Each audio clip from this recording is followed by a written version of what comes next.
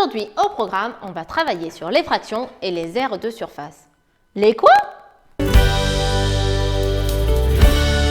N'oubliez pas, les loulous, un petit pouce en l'air, ça fait toujours plaisir. Et n'oubliez pas également de cliquer sur le bouton s'abonner et d'activer les notifications. Bonjour les loulous et bienvenue dans une nouvelle vidéo de la maîtresse dans mon cartable. Aujourd'hui, au programme, on travaille sur les fractions et les aires de surface données. Alors, les aires de surface, c'est-à-dire quand j'ai un dessin qui représente un gâteau, une pizza, enfin un objet que j'ai envie de partager. Je vous rappelle, les fractions, c'est une histoire de partage. Eh bien, sur ce dessin, on peut colorier une partie et donc ça, c'est une aire de surface.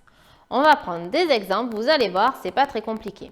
Par contre, aujourd'hui, on travaille sur deux notions différentes. Dans un premier temps, j'ai le dessin colorié et je dois dire à quelle fraction ça représente. Dans un deuxième temps, c'est l'inverse. J'ai le dessin blanc, pas colorié, et une fraction qu'on me donne et je dois colorier ce qui correspond à la fraction qu'on m'a donnée. Allez, c'est parti, on commence tout de suite par le premier exemple. Alors, comme vous le voyez, j'avais pris un peu d'avance, j'ai déjà dessiné des exemples. Ici, c'est notre premier gâteau, notre deuxième gâteau et notre troisième gâteau. Donc, les loulous, je vais colorier une partie de ce gâteau qui va représenter la partie que je vais distribuer à mes invités.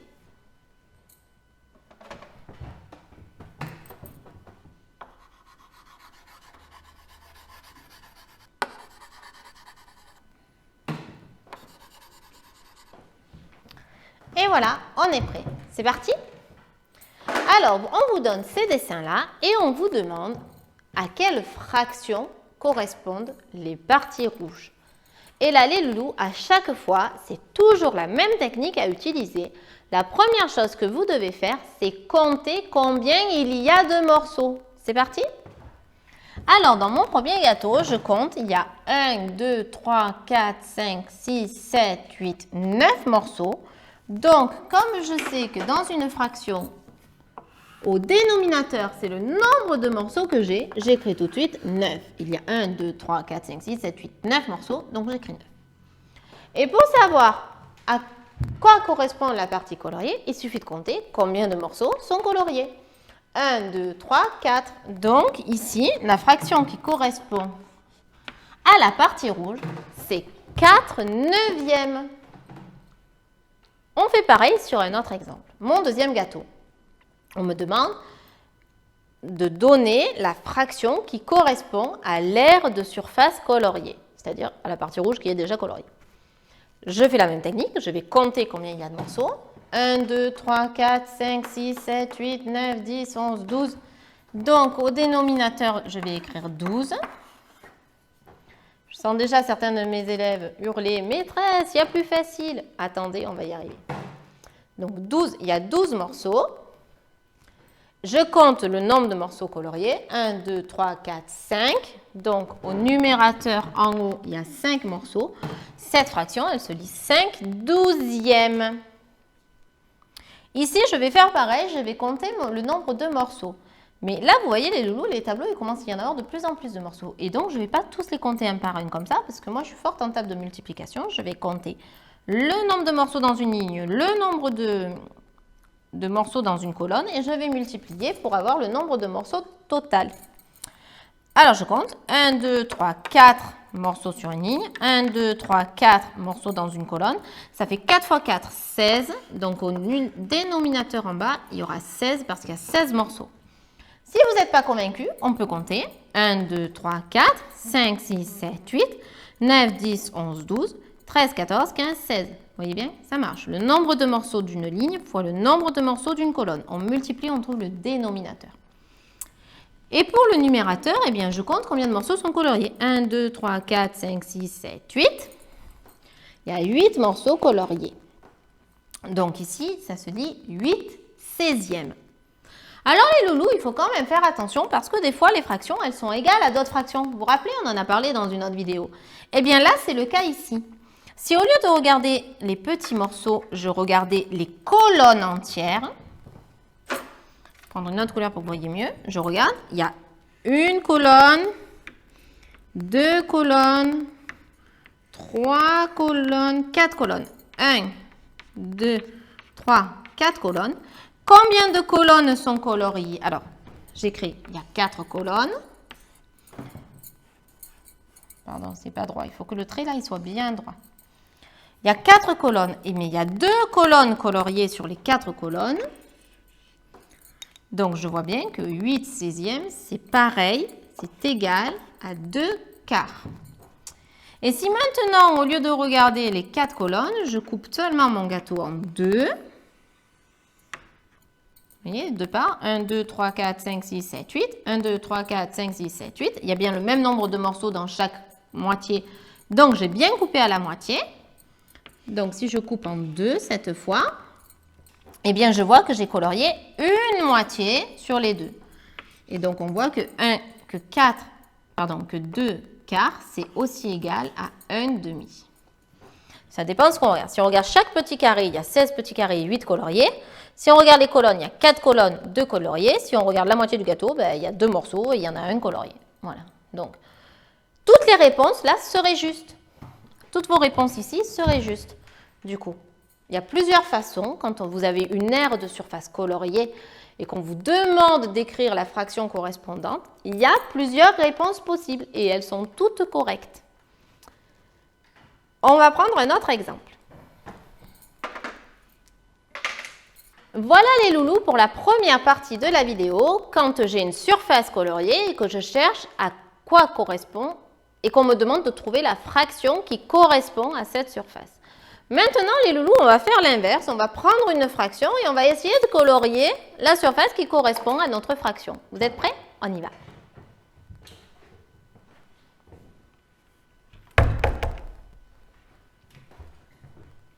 Alors, pour cet exemple-ci, j'ai pris des pizzas plutôt que des gâteaux. J'avais envie de changer. Mais le raisonnement, il ne change rien. Que les dessins soient en rond, soit des cercles partagés ou des rectangles, ça ne change rien. Alors, imaginons qu'on me dise, voilà, vous avez le premier dessin qui est ici. Alors, et on va me dire,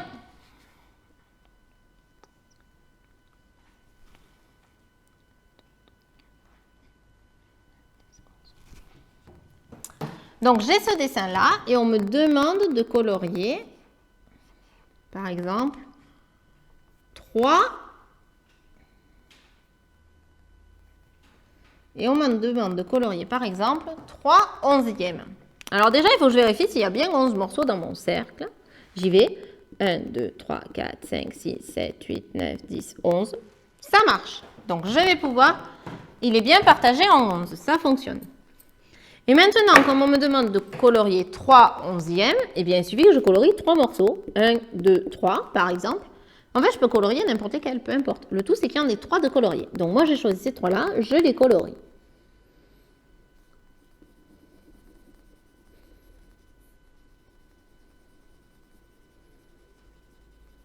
Donc là, vous voyez, les enfants, c'est l'inverse de tout à l'heure. J'ai une fraction, j'ai un cercle, enfin, j'ai un objet qui est représenté, déjà partagé, et il faut que je colorie la surface qui correspond à ma fraction. Tout à l'heure, c'était l'inverse, j'avais la surface et je devais trouver la fraction. Prenons un autre exemple, les loulous. J'ai ce cercle-là, on me demande de colorier 8 douzièmes. Je vérifie qu'il y a bien 12 morceaux. 1, 2, 3, 4, 5, 6, 7, 8, 9, 10, 11, 12. Ça marche. On me demande d'en colorier 8. Eh bien, j'en colorie 8. Alors, j'y vais. 1, 2, 3, 4, 5, 6, 7 et 8. Voilà. Vous voyez, ça fonctionne aussi. On n'est pas obligé de colorier tout collé. Maintenant, reprenons cet exemple. Imaginons qu'on me demande de colorier 4 sixièmes. Alors là, vous allez me dire, maîtresse, on ne peut pas, c'est partagé en 12, je ne peux pas partager en 6. Bien si, on peut aussi partager en 6, parce que 12, c'est 2 fois 6. Donc, je vais essayer de partager cette zone-là en 6. C'est parti. Mais là, c'est à vous de créer le partage, c'est plus compliqué. Donc, moi, je vais faire ça. Je vais partager ici. Voilà. Je vais partager ici.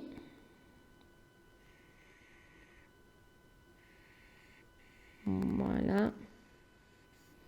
Et voyez bien, il y a 6 morceaux. Hein. Je vais les faire dépasser pour que vous voyez bien. 1, 2, 3, 4, 5, 6. C'est facile parce que 12, c'est 2 fois 6. Donc, il suffit de prendre 2 morceaux dans chaque bout. Et du coup, ça me fait 6 morceaux au lieu de 12. Et je dois en colorier 4. Allons-y. J'en colorie 1.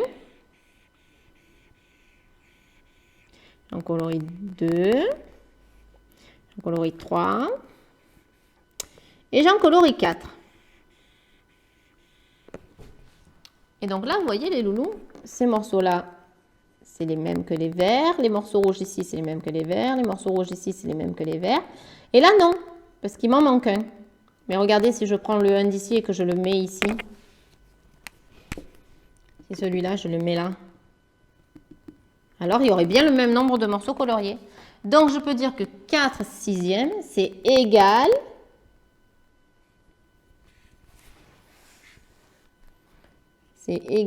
à 8 douzièmes. On continue? Ici, on va me demander de colorier 2 quarts. Alors, je compte. Est-ce qu'il y a 4 morceaux? 1, 2, 3, 4, 5, 6, 7, 8. Ça ne marche pas. Donc, il faut que moi, je fabrique 4 morceaux au lieu de 8. Mais dans un cercle, c'est facile pour fabriquer 4 morceaux. Il suffit de prendre 2 diamètres qui se croisent au milieu. Et ça fait bien 4 morceaux identiques. Est-ce que mes 4 morceaux sont identiques? Oui, ici, il y a 2 parts, 2 parts, 2 parts, 2 parts. C'est bon, ça marche. Maintenant, on me demande de colorier 2 quarts. Donc, je colorie 1 quart, 2 quarts. Et là, vous devez voir tout de suite. C'est pareil que si j'avais colorié. Oui, 1 demi.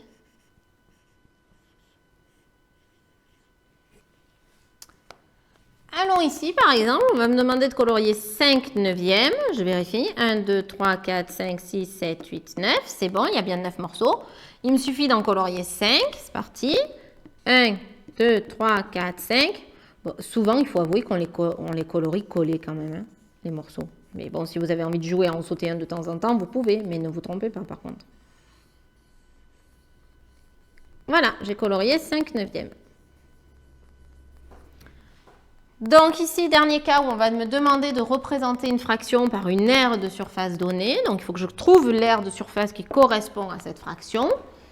Donc on me dit de colorier 8 dixièmes. J'y vais, je compte. Est-ce qu'il y en a bien 10? Je prends un repère ici. 1, 2, 3, 4, 5, 6, 7, 8, 9, 10. Ça marche. On me demande d'en colorier 8. Allons-y. En fait, il suffit d'en colorier tout sauf 2. Voilà, je me fais un repère. Ça y est, j'ai mon repère. Maintenant, j'ai plus qu'à colorier. On peut faire ça aussi, hein, se faire un petit repère au début et puis après colorier pour de vrai, bien comme il faut. Moi, c'est au tableau, c'est pas facile parce qu'avec le feutre, ça s'efface quand on repasse par-dessus, mais sur une feuille avec un crayon, ça marche bien.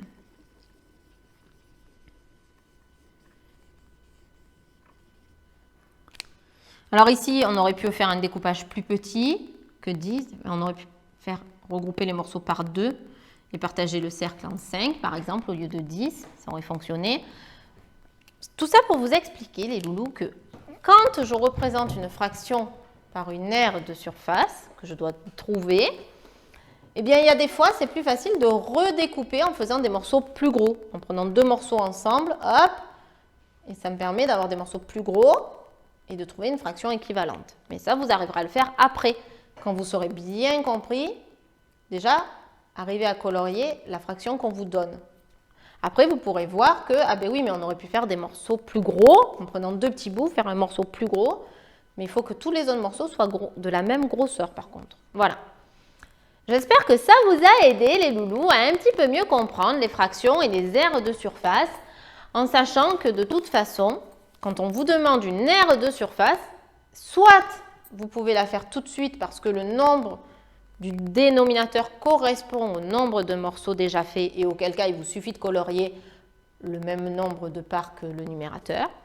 Soit, attention, le dénominateur ne correspond pas au nombre de morceaux donnés et vous devez créer des morceaux en les regroupant souvent par 2 ou par 3 pour refaire un partage avec des parts plus importantes.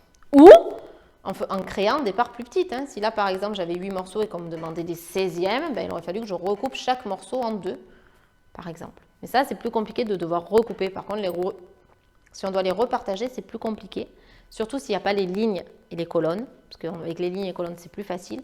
Quand c'est sur un cercle, c'est déjà plus compliqué de repartager. Donc souvent, on ne va pas vous demander de repartager, on va vous demander de les regrouper pour qu'il y ait moins de parts finalement et que vous voyez qu'il y a des fractions qui sont équivalentes. Mais ça, on en avait déjà parlé dans une autre vidéo. Voilà les loulous, j'espère que ça vous a aidé à mieux comprendre les fractions et je vous dis à bientôt pour une nouvelle vidéo de La maîtresse dans mon cartable. Ciao, ciao!